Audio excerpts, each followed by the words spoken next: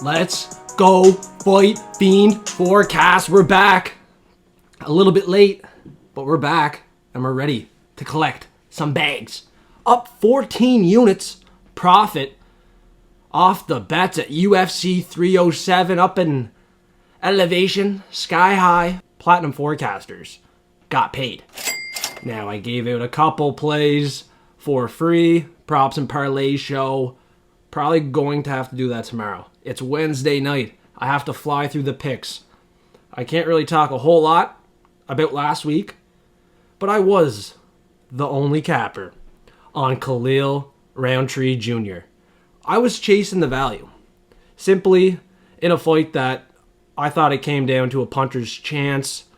He definitely had a chance to win the fight, Khalil Roundtree. He showed his heart, determination, his will to win, and he even scored, I think, a knockdown? I seen it. He knocked down Potan. And I thought for a second we had it. But we didn't. Khalil, he got beat up. He was bleeding a lot. And before the fight, I seen something above his nose. And I was kind of scared that it was going to get opened up, a cut above his nose, where I thought that injury was, and he would start to bleed, and it would get bad. And that's what happened. But I did not want to believe in that. Another thing I did not want to believe in was when Monster Energy posted right before the fight, like they always do, Alex Potan Pieta. They posted about him. They posted about Merab Davashvili. They posted about Bilal Muhammad. They posted about Dricus du Plessis. I don't think this is a coincidence. Monster Energy might know something. I'm keeping my eye out for that next time. It's usually these big fight nights. It's not a Apex card when you have to look out for the Monster Energy posts, but I can't believe how accurate they have been. Now, Alex Potan Pieta was a pretty obvious pick for a lot of people, and people were surprised that the fight did not finish in round 1 or 2. But I'm not really here to break down UFC 307. Just a quick highlight. I was the only person taking Khalil Roundtree. Yeah, in hindsight, it doesn't look good. He lost. But he sure did fight for my money. He did not look like a 5-1 underdog, even though he got knocked out in round 4. So I think I caught some value on the line. And there's a lot of lines this week that the odd makers are a little bit, I don't know, confused. Maybe they see money coming in. The odds are wild again. They were wild last week. Now we got to see if we can capitalize. So before I get going, for UFC Vegas 98 at the Apex, Tatsuro Taira in his biggest fight to date versus Brandon Raw Dog Royval. Before I start breaking that fight down, along with each and every other fight on this card, smash the like button, suplex the subscribe button if you're new, and let's make this fast. It's Wednesday night. I'm a little bit late. I might not go too in depth, but I'm going to give you the pick, the confidence level, and we're going to make some money. So let's go. We got the first fight of the night in which the underdog has been winning, but I don't know the odds. I'm going to guess the odds. Junior Tafa, short notice opponent again. But this guy, Sharaf, has never lost. He's 4-0. He's undefeated. All wins in round 1 by knockout. He has power. I had to watch some tape on him before I came on here and talked about him. He had a nice uppercut knockout win. He has power. He's vicious. He's been training with Luke Rockhold, Michael Bisping. He's mentioned some big names he's been training with ever since day 1. He was a former veteran in the Army for the United States. I think he has the heart, durability, toughness, power to win this fight. I might pick him to win. I did have 69% confidence in Junior Tafa, but that was against Chris Barnett. I said I was going to do the same confidence level, same method of victory for Junior Tafa. but he's 5-3. He does need this win, but he lacks a 3-inch reach advantage. He's taken another fight, short notice. He knows nothing about this opponent. This opponent is dangerous. 4 wins, 4 knockouts, all round 1. I am aware this guy in round 2 and 3 is a question mark, but I'm not really sure what to do. The underdog has been winning in the first fight of the night. This is looking like the first fight of the night now. There is a new bout order out on Tapology, and that's what I'm going off. I might have to go with underdog. Guessing the odds, Junior Tafa, 4-1 favorite. But I think that's probably wrong. He's probably not going to be that big of a favorite. He should win this fight. He should get it done in the first round by knockout, but I can't trust in him. This is a heavyweight fight where anything can happen. I would probably look towards underdog. Hopefully it's the guy debuting. All wins in round 1 by knockout. But on the other side for Junior Tafa, this guy has all wins in round 1 by knockout as well. So it's definitely a fight we need to stay away from unless we're chasing the underdog or value. The value could be on the knockout in round 1 because these two boys are going to swang and they're going to bang. And I expect someone to be lights out in this fight. It could be Junior Tafa getting the KO in round 2 and 3.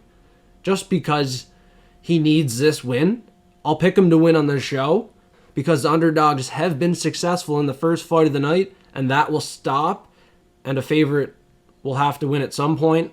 I'll fade the underdogs winning in the first fight of the night. Hopefully Tafa's the favorite. Hopefully Tafa gets it done because this is a guy I bet on. Made a lock of the week in his last fight versus Walter Walker. I just can't pick against him in this fight, but I'll tell you what, I can bet against him as a hedge, and that's not a bad idea. Whoever the underdog is in this first fight of the night, probably worth a look.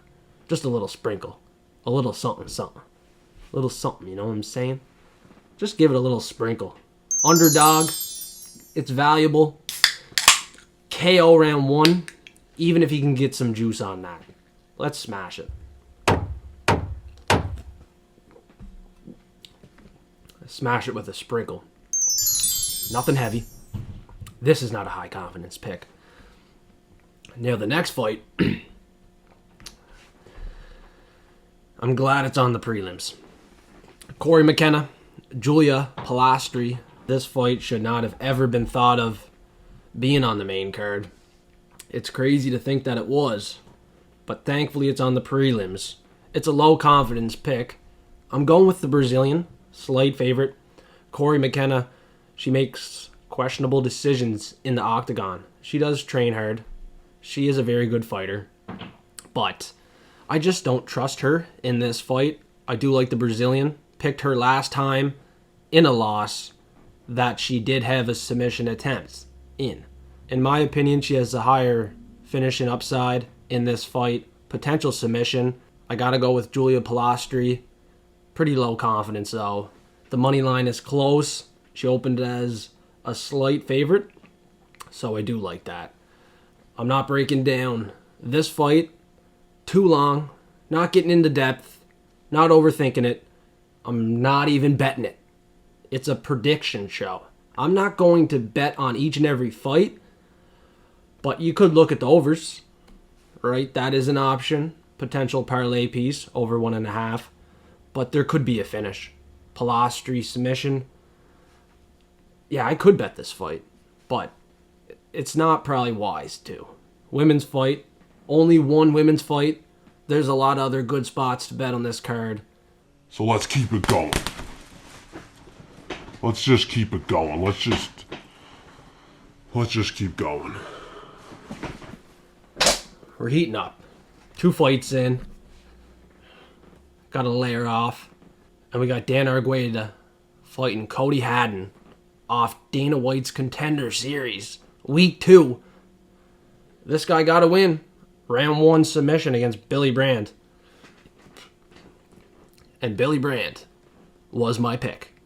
He did have a fucking close fight with Peyton Talbot, but then he didn't look too good against Cody Haddon. Haddon looked pretty good on the ground.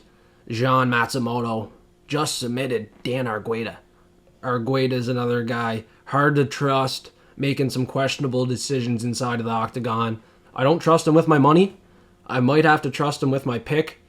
He's had some solid experience throughout his career. 9-2. Cody Haddon making his debut. It's kind of a tough debut. It's pretty fast after that Dana White Contender Series win. He could get the submission.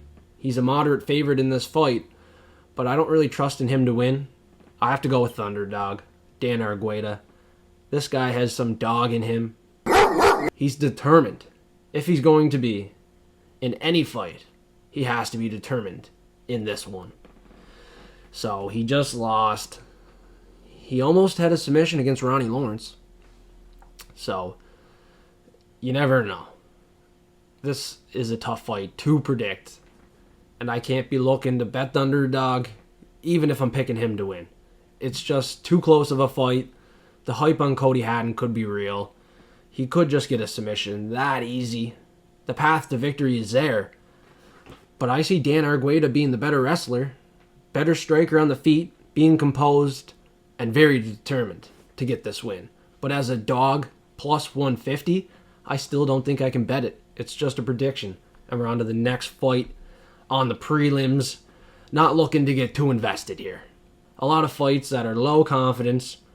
I have 5 low confidence picks, 5 high confidence picks, and I don't see much faith in the prelims.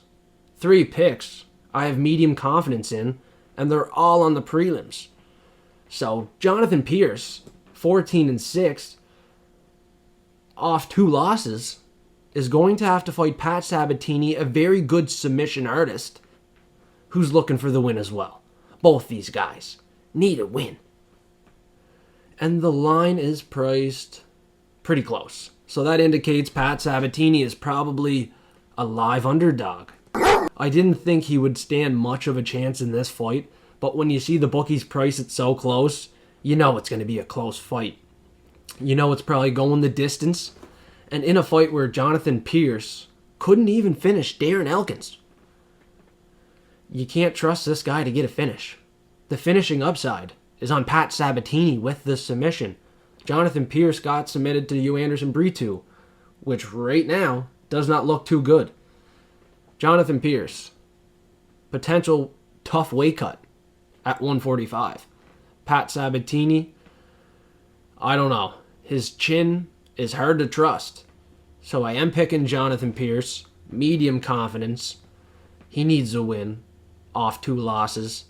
He was doing very good before that, but sketchy fight. I can't bet this one. I just can't. But the next fight on the card, CJ Vergara and Ramazan Temirov. Looks like a spot I could bet. This guy is a pretty big favorite from Uzbekistan, however you say it. These guys have been looking good, just like Ruzaboev. Made his debut, got the win. It's tough to pick a fighter in their debut, but from Uzbekistan, I'm not fading it. He's a 4-1 favorite nearly in this fight. He has power. He has a lot of finishes. And he is 100% UFC caliber. Can he get a finish? I don't know. CJ Vergara is tough. Asu Almabayev could not finish him. But he could get knocked out. You've seen him nearly knocked out. To who was it? But he was nearly knocked out, and then he came back and got the win. I think it was like Daniel DeSantos. So his striking defense is suspect. I do think Ramazan Temirov gets this knockout. He has high upside to get the knockout. So it's a high confidence pick here. Obviously with the odds. 3-1, 4-1. He's probably going to win. 5 years younger. I forecast that you can just tell when these guys are going to tear it up and get it done. This guy looks like a beast. And I'm not picking against him in his debut. So as a favorite, it is sketchy. But I am picking him to win with pretty high confidence. CJ Vergara has just been hit too much. I see him get knocked out in this fight. Because that fight with, who was it? Daniel Lacerda? Daniel Dos Santos, I'm going to pull that one up. That was bad. That was terrible. He won the fight and nearly got knocked out. Daniel Dos Santos. Dude changes his name all the time. And then he won a decision to Vincius Oliveira. So the finishing upside is all on Ramazan Temirov in this fight. Like, look at his last win. 12-5-1 opponent. Same record as CJ Vergara. Knocked him out. Knocked him out cold. This guy is dangerous.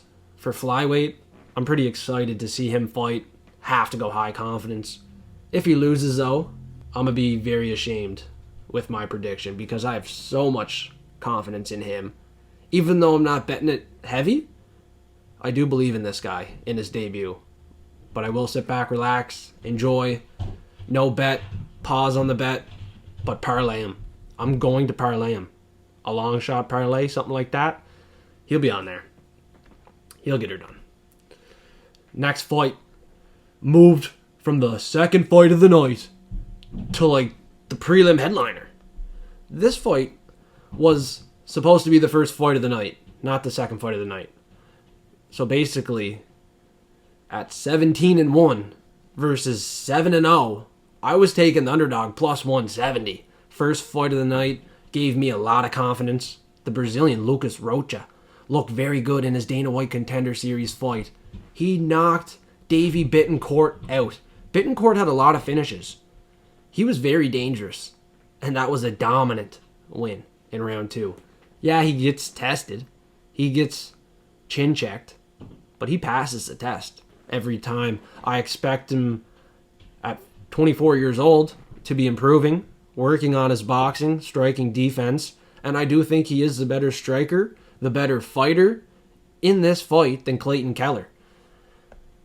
Clayton Keller, he plays for the fucking Utah Hockey Club. Clayton Carpenter. What the fuck am I saying? Thinking about hockey here. Clayton Carpenter looking to hammer his way to victory. Just, I don't see it. At minus 175? When was the last time this guy has fought? A year and 7 months ago. And he's a minus 175 favorite. He trains at MMA Lab with Tim Welch and the boys. But, listen, come on. He just submitted a guy pretty quick in round 1 who was 4-1 and making his UFC debut. I don't think that's overly impressive. I don't think he should be the favorite. Rocha has 17 wins. Clayton Carpenter has 7 fights. Like, what are the bookies even doing here?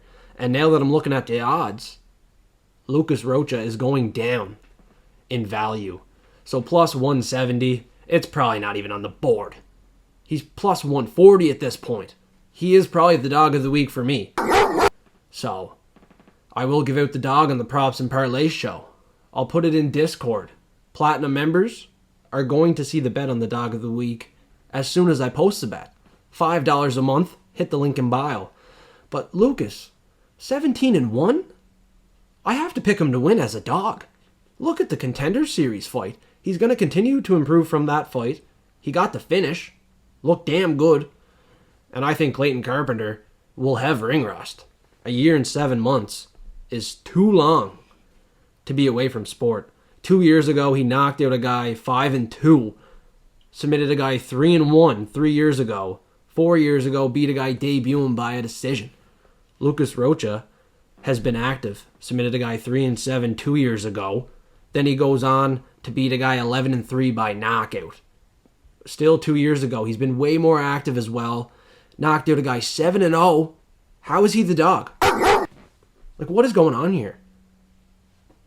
Lucas Rocha is the dog of the week. 4-inch reach disadvantage, but he's 4 years younger. He has the finishing upside for sure. Unless you're thinking Clayton Carpenter gets the submission. He had a knee bar against a guy 3-1. And then he submitted fucking Juan Camilo Renderos there, round 1. Like 2 years ago. Super inactive. Dude's going to be rusty. Big favorite. I can't even believe people are picking him to win with such high confidence. I'm very confident in Lucas Rocha. I have him at low confidence for Platinum members, but I'll let you guys all know, I'm going to switch it to high confidence right now. Low to high. Dog of the week. 17-1? Get on her now. We got a live dog. And there's a couple live dogs on this card. So we're going to talk about a few. Niko Price plus 275. Ain't one. He took a dive for Robbie Lawler. He's 35. His chin is dusty. I'm going Themba Gorimbo. The Rock is sponsoring this guy, juicing him up. I think he gets the win. Got a unanimous decision win in his last fight where he had to do some crotch sniffing, but he still got it done. If he's willing to sniff some crotch to get the win, as long as he gets the win, I think that's all that matters. If we're parlaying it, long shot parlay, I think that's all we should do because he's not really, I don't know. I don't think he's that great. His knockout to Pete Rodriguez was alright, but it could have been due to a weight cut for Pete Rodriguez that the knockout unfolded so easy. Themba Gorimbo is usually a decision fighter. Super accurate on the feet though. Good footwork, good takedown defense, good takedowns of his own, good control time, younger fighter, more determined. Niko Price, because it is Niko Price, will struggle in this fight. But the next, two opponents that Themba Gorimbo is going to face, I do predict he'll lose one of them. I don't think he's all that. 13-4. He is a 4-1 favorite, but he ain't all that. All right? He ain't all that. I'm not betting him heavy. He will obviously make it to a long shot parlay, something like that. I got about medium confidence in Themba Gorimbo. He's a questionable guy. Hopefully he is training hard. He's at Extreme Couture, putting in good work. He has to be safe for parlays. He has to be. Niko Price is, questionable. His chin, if he gets knocked out, not surprised. If he gets dominated, taken down, controlled, loses a decision, won't be surprised. But this guy just beat Alex Morono. Unanimous decision. Looked pretty good. So I won't be betting against him too heavily. Even though it's Niko fucking Price. Weird fight. Alex Morono is fighting Daniel Rodriguez. What the fuck? Alex Morono. We just talked about him. He lost to Niko Price. No shit, he's a fucking underdog. They're giving Daniel Rodriguez a freebie. He lost 3 in a row. And now he gets a freebie win here. Nice. Healthy odds, too. I like it. 17-5. Daniel Rodriguez, due for the win. Much better boxer. Crisp and clean boxing on the feet. Good cardio. Good takedown defense. He dominates. He takes Alex Morono out to the backyard. And I'm not even going to tell you what he does to him. Tune in. Saturday night, the lock of the week, gets it done. Back in the win column. Cesar Almeida, he paid out a 10-1 ticket to win by a decision. I didn't get in till 8-1. Still good odds, but I should have bet it right away when I seen it at 10-1. Oh well. Anywho, Marina Rodriguez, lock of the week. I mean, I don't even know what the fuck I was thinking there, but Daniel Rodriguez, another Rodriguez, is getting it done. If he cannot get it done after losing 3 fights in a row, I don't know what I'm going to do. Probably quit. Probably be done at doing predictions if Daniel Rodriguez can't fucking win this fight, man. Lock of the week. I'm telling you right now, I have 2 of them.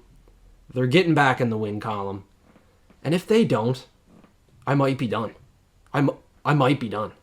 Alex Morono in no world should win this fight. Not even a fluke is going to happen in this fight, in my opinion. Morono isn't even capable of that. So I'm serious. He better not win this fight. I'll be done. I'll be fucking done. Next fight. Lock it in. Lock it up. We need these two fighters to win. Josh Fremd ain't my favorite fighter, but he has a big height advantage, 3-inch reach advantage, 9 years younger. Might be a bit worried, but he lost to Andre Petroski.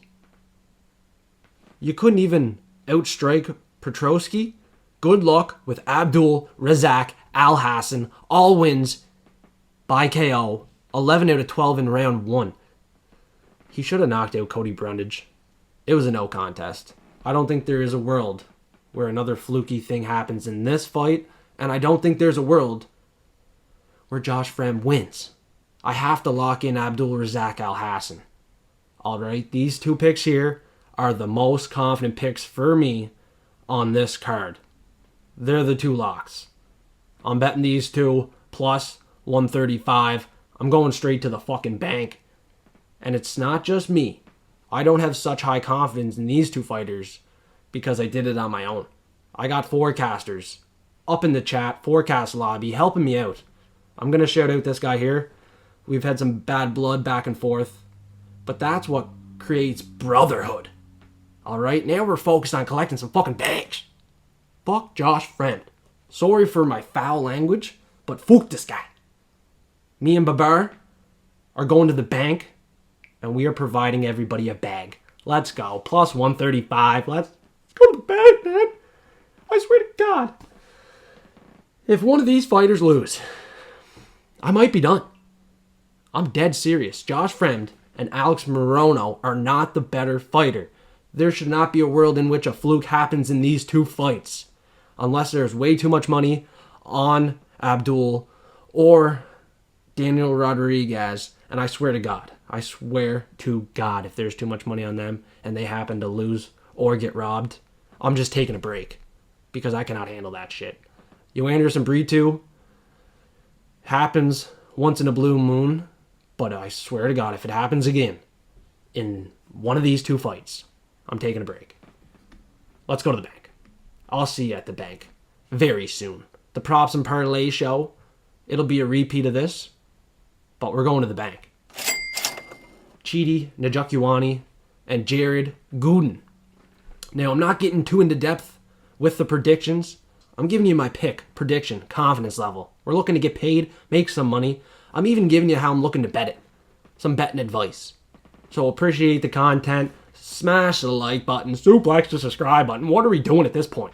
We're literally stuck at 885 subscribers. At this point, you need to tell your friends. Fight fiends, forecasters, football fiends. Let's follow the Fight Fiend forecast. Give them a subscribe. Support the channel. It's time for F3 to start heading towards the moon. I got the Starburst drink here. Stardust. Cosmic Stardust from Alani. Very good energy drink. We're going to the moon. And we'll be there soon. But along the way, last week, we collected 14 units profit.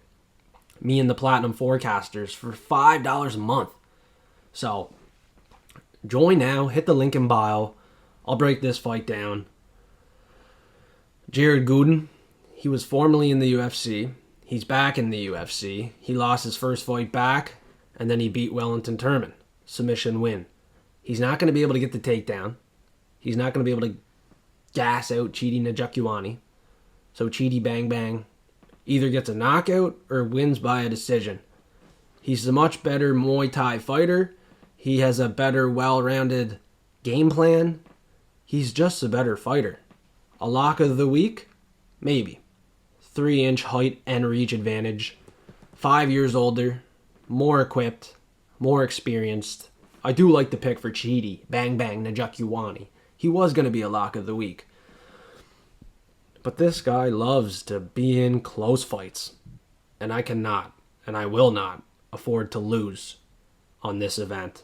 Chidi is the pick. He's a pretty high confidence pick. But I'm not going too heavy. Because Jared Gooden, 5 years younger, fights like a dog. He's ripped. And honestly not that bad of a guy. Gooden seems like good shit. So, if he wins this fight, I'll probably hype him up a little bit. Probably bet on him in the future because it'd be a good win for him if he can beat Chidi Njokuani in this fight. Chidi's the pick, high confidence, but go prove me wrong, Jared Gooden. Go prove me wrong, buddy. Actually, probably don't because Chidi will be in a long shot parlay, and I want to get paid. So, don't win. Grant Dawson, 21-2 and 1 versus Rafa Garcia, 16-3. Both fighters are very good. It doesn't matter if they can win a decision, if they can win by submission. They are good fighters. Entertainment-wise or not, if you like the wrestling part of the game, if you don't, fucking live with it because it's mixed martial arts and these guys are fighting for the same reason that all these fight fiends and forecasters are betting. We all want to make some bank. So credit to them, their styles, how they want to win fights. Obviously, one guy has a easier path to victory with the grappling, takedowns, control time. It's suffocating. It's boring. It can make you tired when watching. But Grant Dawson should be the pick. DFS lineups. This guy just fucking goes off. Takedowns, control time. It scores a lot. I'd be looking to attack Grant Dawson this week. Pretty high confidence pick. Probably gets it done here by a decision. Even a submission is live in this fight. So if you do have him in your lineup, I think it's a good pick. Rafa Garcia, he's just not at that caliber of fighter. He's not fighting that level of competition. And he's barely squeezing out his recent wins. So it's a good scrap. Should go 15. Should make some people go to sleep. Hopefully it's Rafa Garcia though. Because Grant Dawson, by submission, is my pick. We've seen this guy win too many decisions. He even beat Demirov Magulov by a decision. Very good win. If he's going to have this much control time, back control, takedowns, just fucking get a submission and make it entertaining. I can't see him getting the knockout because he's been knocked out to Bobby fucking Green, but he can get a submission. So I'm probably going to look at sprinkling down something on that submission prop. Grant Dawson. If not, he wins it. Dominates. 30-27 decision. Next fight, co-main event. We got Brad Tavares, a little bit of Hawaiian spirit, and a South Korean now. Junyun Park, Iron Turtle. I don't like to bet against this guy. I'm not going to, but I will pick against him in this fight. He had a close fight against Andre Muniz. It went to a split decision. Anyone's fight, he didn't get it done. He's going to be ready to get the win here against an old Brad Tavares, 36 years old. Very credible win for the Iron Turtle if he can get it done. But I don't know if he can because the experience for Brad Tavares is heavily in his favor. He knows how to win fights by a decision. And if this fight's getting extended going into round 2, 3, I expect Brad Tavares to beat up the lead leg of Iron Turtle, to start implementing good boxing combinations, a good takedown defense, and get it done here on the judges' scorecards. It's a tough one to predict. I ain't betting it. I wasn't even really looking to pick Brad Tavares, but that's where I ended up. Pretty low confidence though. Is it the right side? I just don't know. It's a tough fight. I think it is a 50-50 coin flip fight. So in that kind of situation, I'll take the dog every fucking day of the week. I'm looking to get paid and make money. If this fight, in my opinion, is 50-50, and the implied probability for Brad Tavares is 42%, I gotta go dog. I gotta pick dog. Maybe I bet dog. Join Platinum. $5 a month. We're up 14 units from UFC 307. We added another 5 units profit from Dana White's Contender Series. So you're already a little bit late. You better get after it right now. Hit that link in bio. We got the main event of the evening. And it is definitely Tatsuro Taira's toughest fight to date. 16-0 undefeated. Huge favorite at this point. Way too big. Versus Brandon Raw Dog Royval. Royval has just been in 2 fights, close fights, that went 5 rounds. So, round 4 and 5, the cardio favors the Raw Dog, Brandon Royval. But I could be wrong. Tatsuro Taira, undefeated, very well could be the real deal. 24 years old. He will continue to improve. He will continue to look better. But I don't know if I trust that. This is a guy I was potentially looking to fade. He just won his last victory via knee injury to an old Alex Perez that ended up winning the first round of that fight on every single judge's scorecard. So yeah, the Alex Perez fight, not a good look for Tatsuro. And before that, not too long ago, let me show you the stats versus Edgar Cheras. Almost got submitted twice, almost got knocked out. Now you're fighting Brandon, Raw Dog Royval, training in elevation in Colorado. I know Royval has the better cardio. He will have the advantage round 4, round 5, if it goes there.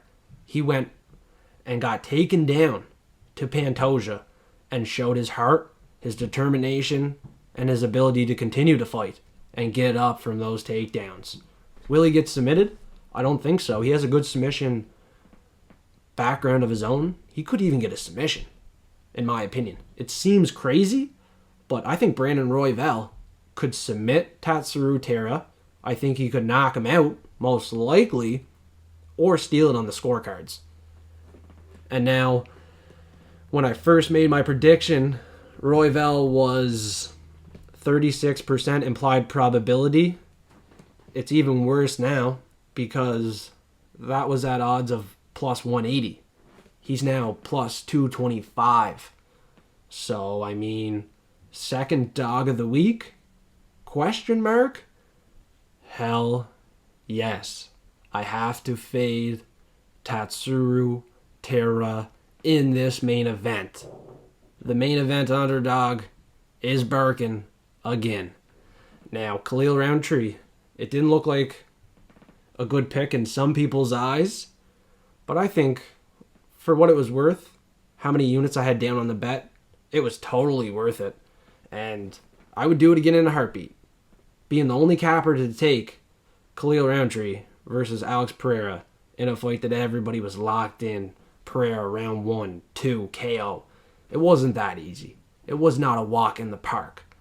So in this fight, don't come at me thinking this is going to be a walk in the park for Tatsuro Taira. Dude almost got finished to Edgar Cheras. He just beat Alex Perez after losing the first round on every single judge's scorecard. This dude could get fraud checked. So I'm going to write up one. I'm going to place the bet on Brandon Royval. Dog of the week, number 2. Now this is also a fight that I had low confidence in for the Platinum forecasters. But I'm going to let y'all know. Wednesday night, I'm going to switch it from low to high. This dude just beat Brandon Morono. He's fought the way tougher caliber competition. He's been battle tested. He has cardio. I think the odds are wrong. I think the odds are moving the wrong way as well. Now I'm going to take advantage and I'm going to look to get paid. If it doesn't hit, I'm going to manage that bankroll wisely. And I'm going to end UFC Vegas 98 with profit once again. Now, UFC 307, we finished with 14 units of profit. Highly successful night. I can't get too cocky in the picks. I can't have a boatload of confidence and dump bankroll on this kind of fight night. But I do have a couple plays I'm looking to hit. I'm pulling out the sniper. And I'm also going to find some props, parlays to give out on the next show here. Probably Thursday night, Friday night most likely. So tune in, like the video, subscribe now. And yeah, there's no forecast of the week anymore. No more thumbnail for that. Sorry, Frank Bush. It's time for the sun to go down. Unfortunately, just not enough algorithm or comments with the forecast of the week. Doesn't seem to be a popular fan favorite for people. People just like to engage in the comments. No one's looking to give out their most confident prop at plus money. It is what it is. I'll have props and parlays for everybody on the props and parlay show. So tune in and you'll find out. Let's get paid, Fight Fiends and forecasters. We're not going anywheres. But if these locks for UFC Vegas 98 lose, I'm taking a break. For sure. 100%. Fight Fiends are going to hit the locks this week. Babar and me have to have this right. There's not a world in which I think we have it wrong. So let's lock in Abdul, Razak, Alhassan, Daniel Rodriguez plus 135. And let's go to the bank. I'll see you there. And I'll also see you on the props and parlay show. Because you're going to tune in and you're going to find out.